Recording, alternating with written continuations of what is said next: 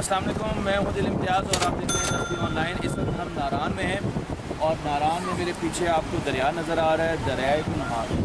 और आप देखिए कि दरियाए कुनहार कुछ तेज़ी से फ्लो कर रहा है। लेकिन जब मैंने दरियाए कुनहार की तरफ देखा तो मैं हैरान रह गया कि दरियाए कुनहार में जितने भी आपको पत्थर नज़र आएंगे वो सारे के सारे गोल होंगे। लेकिन अगर आप कोई आम पत्थर उठाकर देखेंगे तो आपको उसकी एजेस नज़र आएंगी, हर तरफ से शार्पनेस नज़र आएगी। मैं बड़ा हैरान हुआ, मैंने पहाड़ों की तरफ देखा तो मैंने देखा कि पहाड़ों पर जो पत्थर हैं उनकी भी एजेस हैं, लेकिन जितने भी पत्थर आपको आप अगर आगे आ जाएँ थोड़ा सा, आप यहाँ पर देखिए तो आपको उनके कॉर्नर्स राउंड नज़र आएंगे, आपको नज़र आएंगे कि वो गोल हो चुके हैं। इसकी क्या वजह है? तो आज हम देखेंगे कि इन पत्थरों की गोल होने की वजह क्या है। मैं आपको यहाँ पर ये भी दिखाऊंगा कि आपको वहाँ पर बाबू सर के टॉप पर बर्फ़ नज़र आ रही है, जो कि सर्दियों में वहाँ पर बर्फ़ पड़ती है और फिर ऐसा ऐसा पानी बनकर वो दरियाओं में आता है।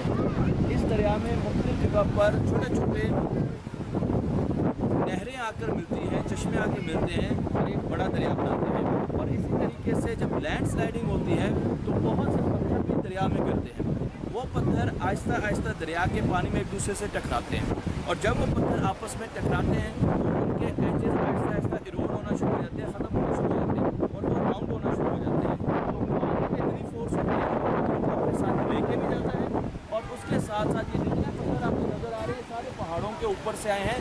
पानी आहिस्ता आहिस्ता पिघला, बर्फ़ पिघली, पानी बना और वो पत्थरों को अपने साथ लेके आया और अब वो पत्थरों को टकराता है और उनके टकराने की वजह से पत्थर आहिस्ता आहिस्ता गोल हो जाते हैं, राउंड हो जाते हैं और उसके साथ साथ रेत भी बनती है, सैंड बनती है। जब भी दो पत्थर आपस में टकराते हैं तो सैंड बनती है, पानी मिट्टी और सैंड भी अपने साथ लेके जाता है और आपको यहाँ पर मुख्तलिफ किस्म के गोल गोल पत्थर नज़र आते हैं। तो ये एक बहुत छोटा सा फन फैक्ट है जो मैं आपको नारान से आज दे रहा हूँ।